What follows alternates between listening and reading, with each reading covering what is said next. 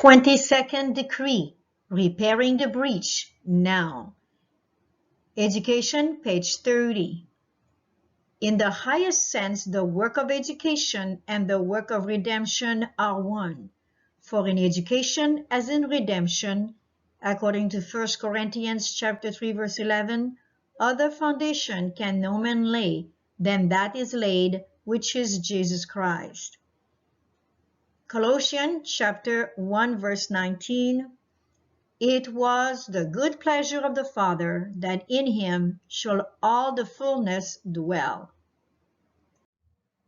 So shall my word be that goeth forth out of my mouth, it shall not return unto me void, but it shall accomplish that which I please, and it shall prosper in the thing whereto I sent it.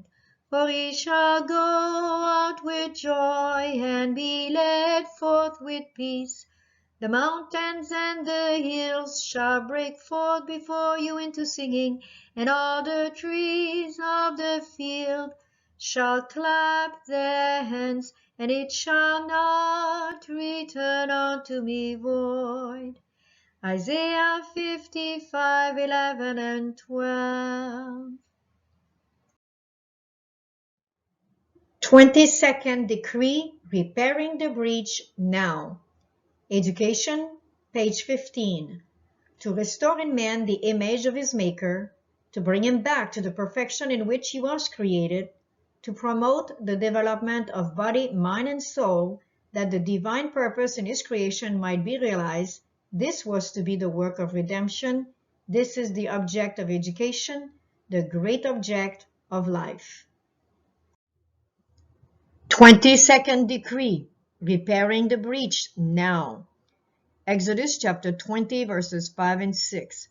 For I, the Lord thy God, am a jealous God, visiting the iniquity of the fathers upon the children, unto the third and fourth generation of them that hate me, and showing mercy unto thousands of them that love me and keep my commandments. 22nd decree, repairing the breach now. Teach and make known, number 1, creation and the universal laws enunciated by our Creator Redeemer and illustrated by his physical laws of applied sciences, such as agriculture, all based on true education. Number 2, the plan of redemption in the sanctuary, the great work of atonement from the court to the holy place and the most holy place by our Creator Redeemer, the one who paid the ransom for our sins. Number 3, the health message, the right arm of the plan of redemption and restoration. Number 4, worship time is lunisolar, barley harvest, new moon, on the crescent, giving us the wonderful calendar for the 7-day Sabbath, the feast, the sabbatical years, the jubilee, and the synchronism and chronology in his word. 22nd decree, repairing the breach now. 2 Thessalonians chapter 2, verses 2 and 3. Be not soon shaken in mind, or be troubled, neither by spirit, nor by word, nor by letter as from us, as that the day of Christ is at hand. Let no man deceive you by any means, for that day shall not come, except there come a falling away first, and that man of sin be revealed, the son of perdition. 22nd decree, repairing the breach now. Number 1, what is the falling away? The Review and Herald, July 31st, 1888. The man of sin was to arise and do his work of exaltation and blasphemy before the brethren could look for the coming of Christ. That great event was to be preceded by a falling away. There would be revealed a form of Antichrist, and the leaven of apostasy was to work with increasing power to the end of time. 7 Bible Commentary, page 910. There is one pointed out in prophecy as the man of sin. He is the representative of Satan. taking the suggestions of Satan concerning the law of God, which is unchangeable as his throne, this man of sin comes in and represents to the world that he has changed that law, and that the first day of the week instead of the seventh is now the Sabbath. Professing infallibility, he claims the right to change the law of God to suit his own purposes.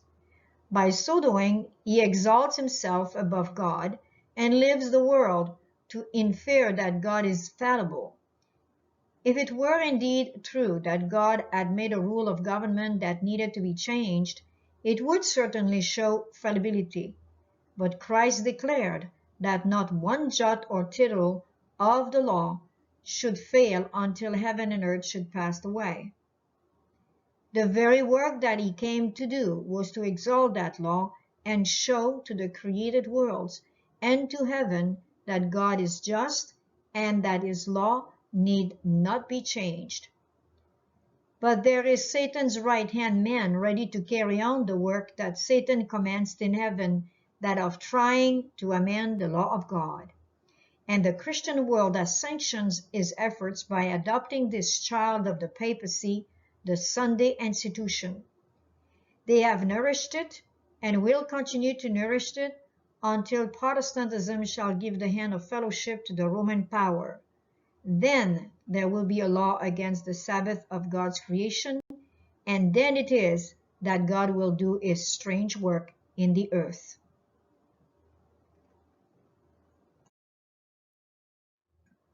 Twenty-second decree, repairing the breach now. Number 2, did the falling away occur yet?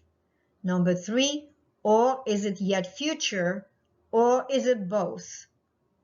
We saw in the decree 20th and 21st, which we recommend you go back to it if you need further understanding. We will just cover up the overall of 20th and 21st decree. We saw in part 1 the then and now. There was water in the prophecy that we examined, and the now, we're talking about the earth in prophecy. The beast, which is identified then, now is the lamb-like beast. The dragon in the den, now it's Satan, Lucifer, which is identified in Revelation chapter 12 as being the same. Then the Roman Catholic Church, which was a mix of Christianity with paganism, took control of Europe in a first papal supremacy.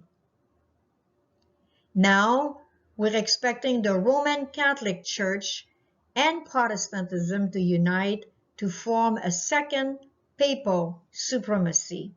And we believe it's in the making right now.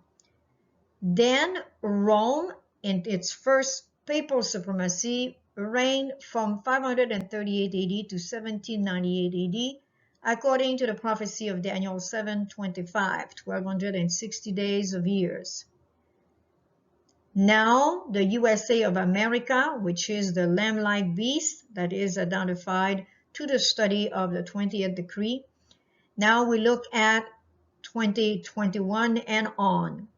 And USA is showing some sign of what we're talking about here. Part 2 you will find in the 21st decree, so we'll just give you an overall again here.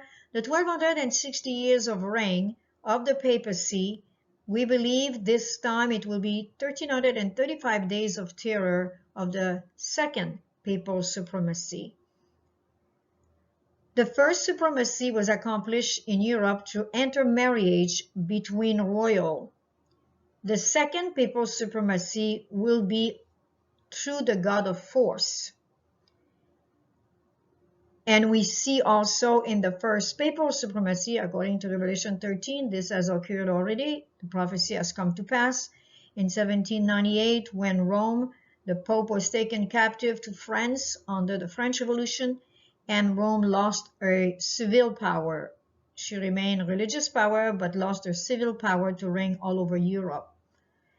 And at the end of time, it will not be only in Europe that the beast and the lamb-like beast will have the power. It will be all over the world.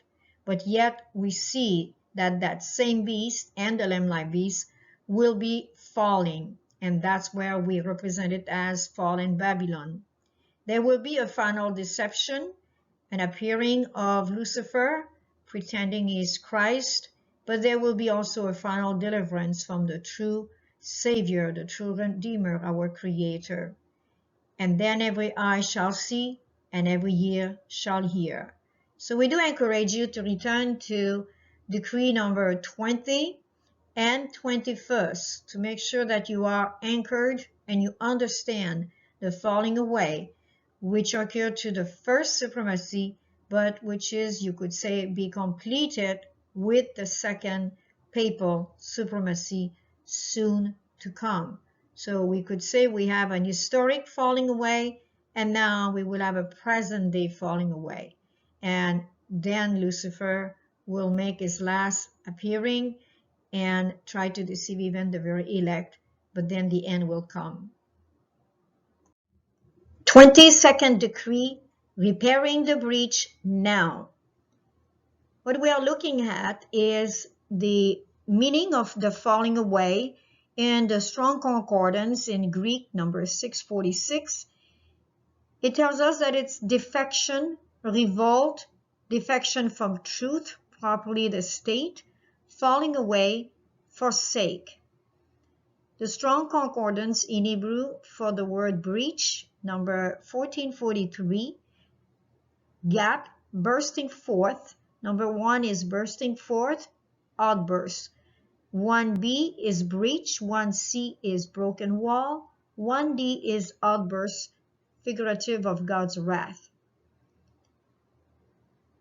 We have made a short compilation of the historic falling away from 538 AD to 1798 and the attempts during that time to repair the breach,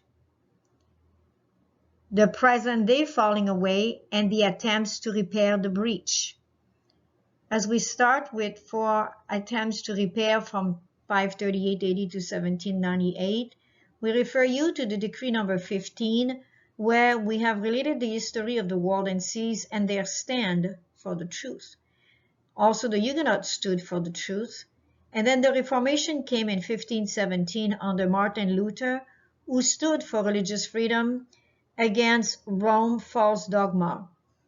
We know that the Reformation restored true education as they set up school, and they believed that it was by faith alone. They were not counting on the priest or the Catholic Church to give them their redemption.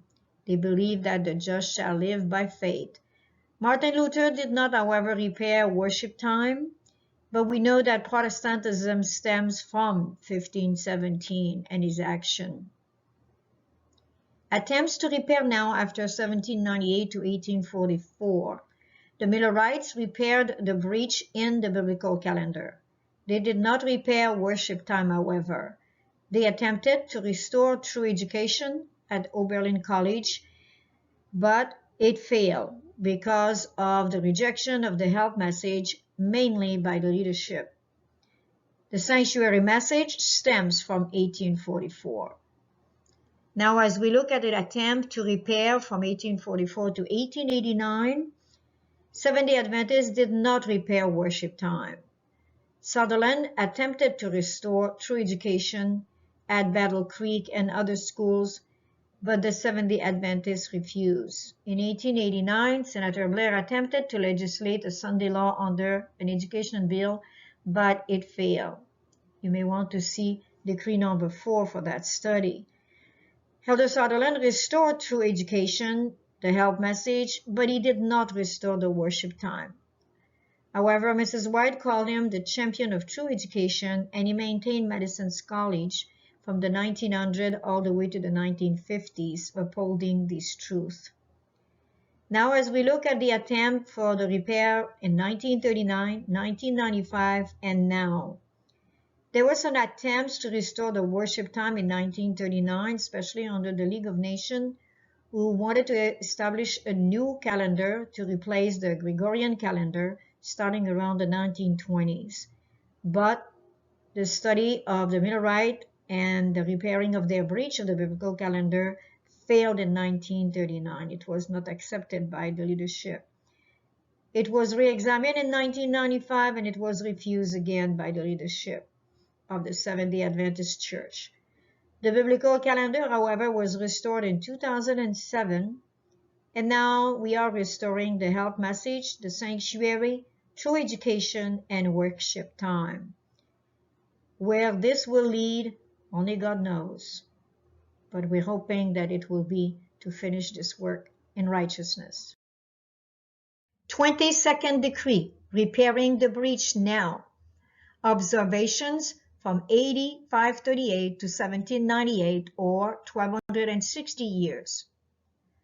Under the dark era of the Roman Catholic Church and state governance from AD 538 to 1798, and though there were strict and lethal consequences for anyone who disobeyed the Roman Catholic Church and her heretic dogmas, feasts, Sunday laws, the Creator-Redeemer always had reformers and major movements which shook the totalitarian governments in place.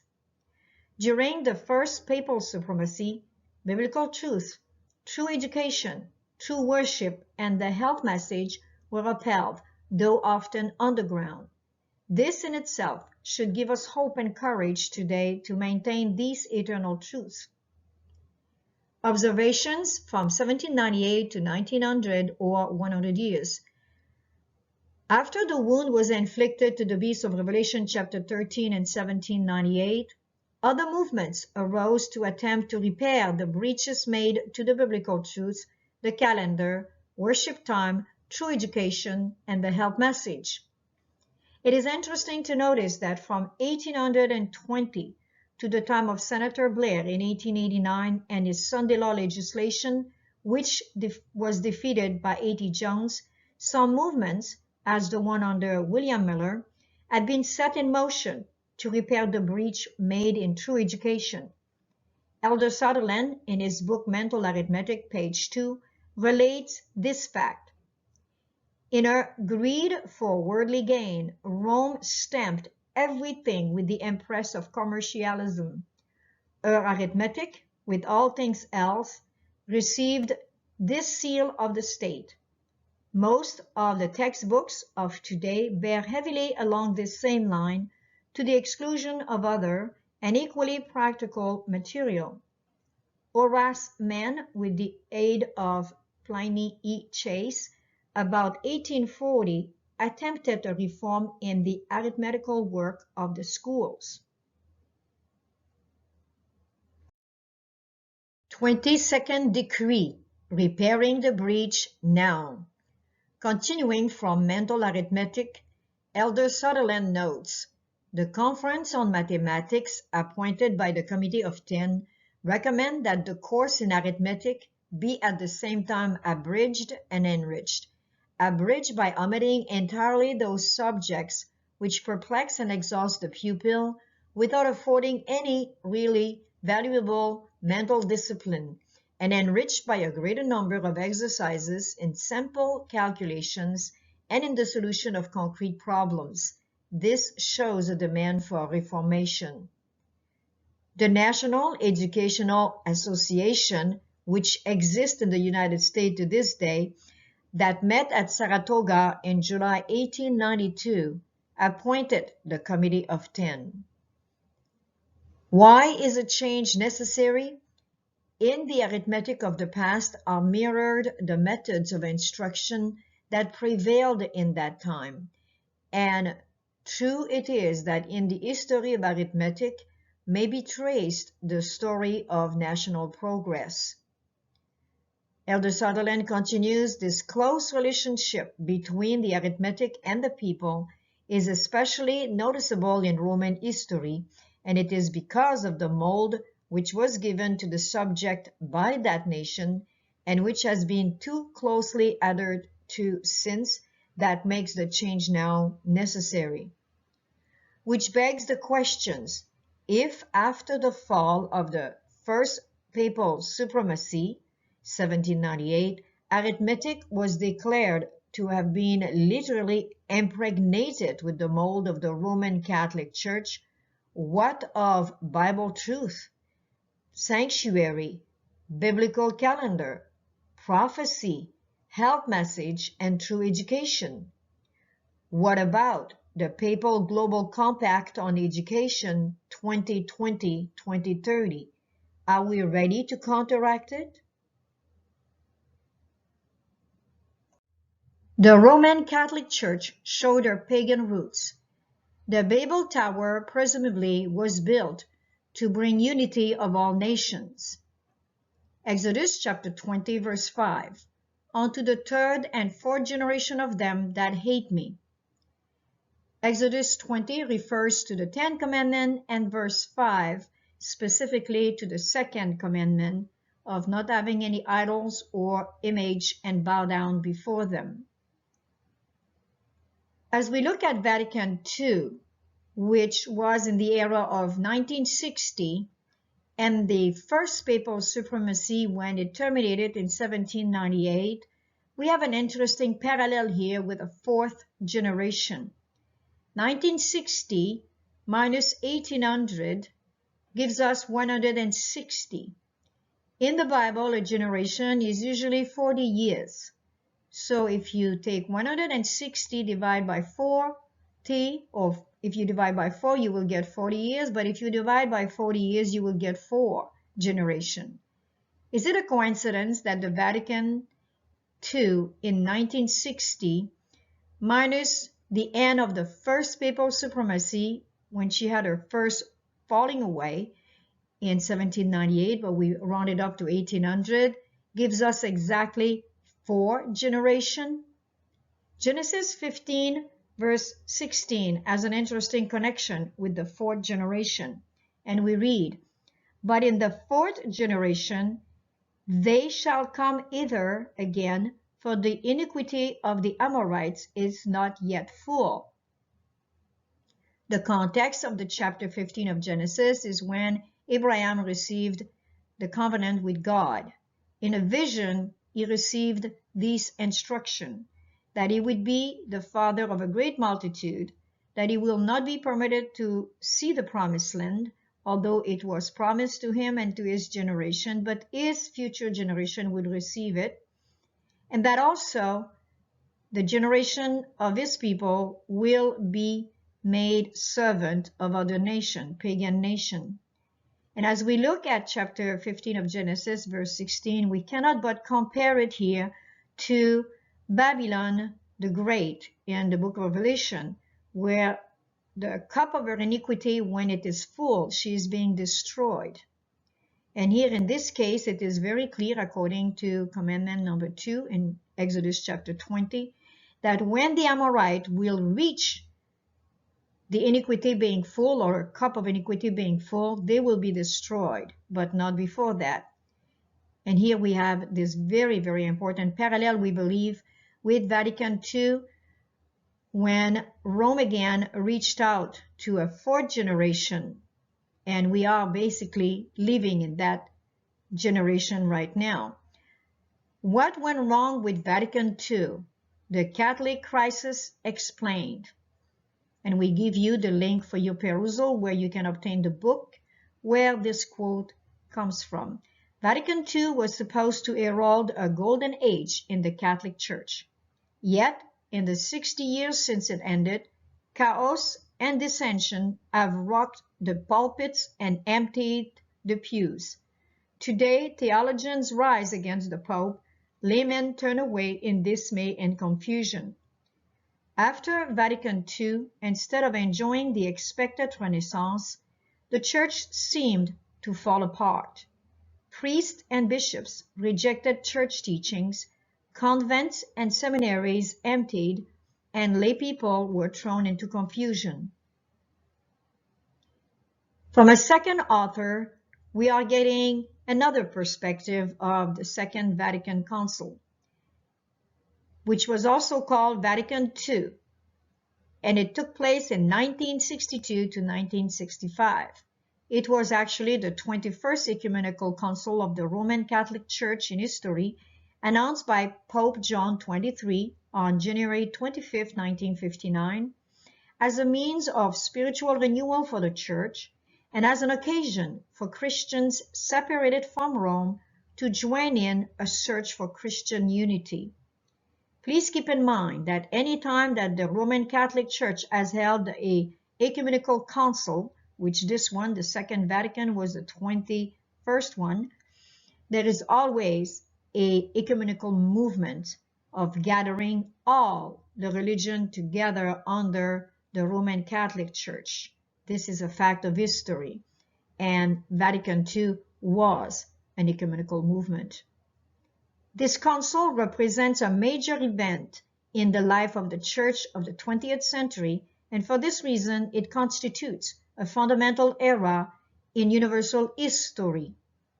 And we would like to kindly refer you to a universal history here, as it's mentioned, as a universal law of the Second Commandment. Vatican II has not failed. These are our observations. It does indeed constitute a fundamental era in universal history. Looking back 60 years, the Ecumenical Council did bring chaos, dissension, dismay, and confusion in the Roman Catholic Church.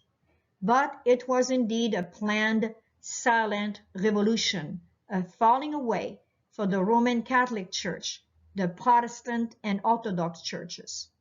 No blood was shed, but millions of souls were lost.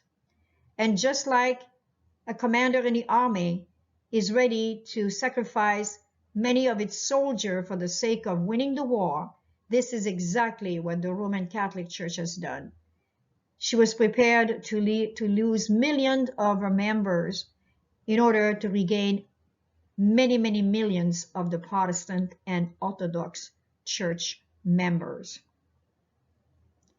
This perspective on the past in which understanding has been gained and which was unavailable to the observer at the time in question can now be declared a success for the Roman Catholic Church. Her ecumenical goal has been achieved or is being achieved right now under our very eyes. And this was from the 1960s to now 2020. What is her next step? The Roman Catholic Church showing her pagan roots, images, idolatry. Thou shalt not make unto thee any graven image or any likeness of anything that is in heaven above, or that is in the earth beneath, or that is in the water under the earth. Thou shalt not bow down thyself to them, nor serve them. This is taken, of course, from Exodus chapter 20, and again, it's the second commandment. We're reading here from Patriarchs and Prophets, page 306. The second commandment forbids the worship of the true God by images or similitudes. Many heathen nations claimed that their images were mere figures or symbols by which the deity was worshipped. But God has declared such a worship to be sin. To attempt to represent the Eternal One by material objects would lower man's conception of God. The mind, turned away from the infinite perfection of Jehovah, would be attracted to the creature rather than to the Creator. And as his conceptions of God were lowered, so would man become degraded. I, the Lord thy God, am a jealous God. The close and sacred relation of God to his people is represented under the figure of marriage. Idolatry being spiritual adultery, the displeasure of God against it is fitly called jealousy. Reading from manuscript 126, written in 1901, paragraphs 16 to 18. The Lord urges his supremacy, but Satan well knows that the worship of the living God elevates, enables, and exalts a nation. He knows that idol worship does not elevate, but that it degrades man's idea by associating with worship that which is base and corrupt. He is at work constantly to draw the mind away from the only true and living God. He leads men to give honor and glory to objects that human hands have made, or to soulless creatures that God has created. The Egyptians and other heathen nations had many strange gods, creatures of their own fanciful imagination. And we could say today, just like the Statue of Liberty and all the cars and everybody that put their loves on those idols made of metal and gold, it still exists today. The Jews, after their long captivity, would not make any image. The image on the Roman ensign or banner they called an abomination, especially when these emblems were placed in a prominent place for them to respect. Such a respect they regarded as a violation of the second commandment. So when the Roman ensign was set up in the holy place in the temple, they looked upon it as an abomination. The Roman Catholic Church, showing her pagan roots, worshiped the image. Watch for the abomination, the image. Matthew chapter 24, verse 15. When ye therefore shall see the abomination of desolation spoken of by Daniel the prophet stand in the holy place, whoso readeth, let him understand. Under a garb of global education and worship, this is the Global Compact on Education 2020-2030. We give you here the link for your perusal. This was declared in October 2020 by Pope Francis from the Vatican. Education, a Seed of Hope. The Compact 2020-2030, sponsored by the Congregation for Catholic Education, is meant to encourage change on a global scale so that education may become a creator of fraternity, peace, and justice. According to the Pope, the pact is to ensure that everyone has access to a quality education consonant with the dignity of the human person and our common vocation to fraternity. Counteracting the Papal Global Compact on Education. Exodus chapter 20, verse 6. And showing mercy unto thousands of them that love me and keep my commandments. And this is part again of the second commandment of not have any idols or images, not worshiping them either.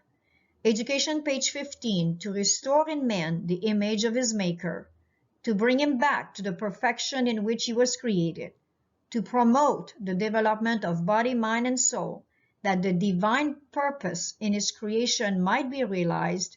This was to be the work of redemption. This is the object of education, the great object of life. Now, we would like to show you something very, very important. Here in the book of education, the pen of inspiration makes it very clear that the purpose of true education is to restore in man the image of his maker, to bring him back to the perfection in which he was created, to promote the development of body, mind, and soul, that the divine purpose in his creation might be realized. And we know that this was the work of redemption. It's the object of education, the great object of life. This connects us directly with our Creator. This inspires us to vindicate His holy name, His holy character. However, as we compare with the definition of education by Pope Francis of the Vatican in Rome, a seed of hope, what we read is basically what we would call an exalting of self, an exaltation of self, which that's what the pattern of Lucifer was in heaven. Isaiah 14, Ezekiel 28. And it is sponsored by the Congregation for Catholic Education. And it's to encourage change on a global scale. Now, the first papal supremacy was covering Europe. But we know now that the papacy has her eyes to be all over the world. Revelation chapter 13 reveals that. So that education may become a creator. So now it's not education worshiping the Creator, but education itself will become a creator. Without God, there is no mention of God here, of fraternity, peace, and justice. And we know that this wording is absolutely pagan, and it's absolutely worshiping self, which is satanic. According to the Pope, the pact is to ensure that everyone, again pointing to self, has access to a quality education consonant with the dignity of the human person and our common vocation to fraternity. So we no longer have here a plan of redemption to look forward, a recreation to look forward, a development of body, mind, and soul so that the divine purpose of God can be accomplished in us and through us, and to be restored in the image of our Maker, and to obtain finally at last the perfection for which we were created, which we lost when we sinned in Genesis 3. This is absolutely defacing the true object of education, the great object of life. This is what Global Compact on Education 2020-2030 is all about. And we must, by the grace of God and through His divine power, counteract this papal Global Compact on Education by basically promoting true education. 144,000 teachers does that, and Generation 144K. And of course, upholding is worship time with the Biblical Calendar Movement 2020-2030. Just like the Roman Catholic Church did under her first supremacy, now she's attempting one more time to literally impregnate everyone on a global scale with the mold of her false education. And since education and worship are one, the United States of America, we know this according to prophecy, the image of the beast, and we find that prophecy in Revelation chapter 13, verses 11 to 15, that the United States will both speak or legislate a Sunday worship, a day of the sun, and cause, using her civil power, the United States of America, combining now with, we know, the papacy, because the mark of the papacy or mark of authority is Sunday worship, that as many as will not worship the beast, the image of the beast, should be killed. And this is definitely a falling away mixed with bloodshed, revolutions, and wars, just like the Roman Catholic Church operated her first papal supremacy for 1260 years. But according to Daniel and Revelation, thank God, we know that this time will be much shortened because no elect would be able to resist such a long time again. And this is what we totally believe in. False education compared with true education. Worship of self, paganistic and satanic at its roots. And here we have the true education, which is to vindicate the character of our wonderful, wonderful Creator, Redeemer. And really, this is showing the pagan roots of the Roman Catholic Church, which is presenting also the worship of the image that is soon to come upon us. The last great conflict between truth and error is but the final struggle of the long-standing controversy concerning the law of God. Upon this battle, we are now entering a battle between the laws of man and the precepts of Jehovah, between the religion of the Bible and the religion of fable and tradition. He shall not be afraid of evil tidings. His heart is fixed, trusting in the Lord. He shall not be afraid of evil tidings. His heart is fixed, trusting in the Lord. Psalm 112, verse 7. He shall not be afraid of evil tidings. His heart is fixed, trusting in the Lord. He shall not be afraid of evil tidings. His heart is fixed, trusting in the Lord. Psalm 112, verse 7.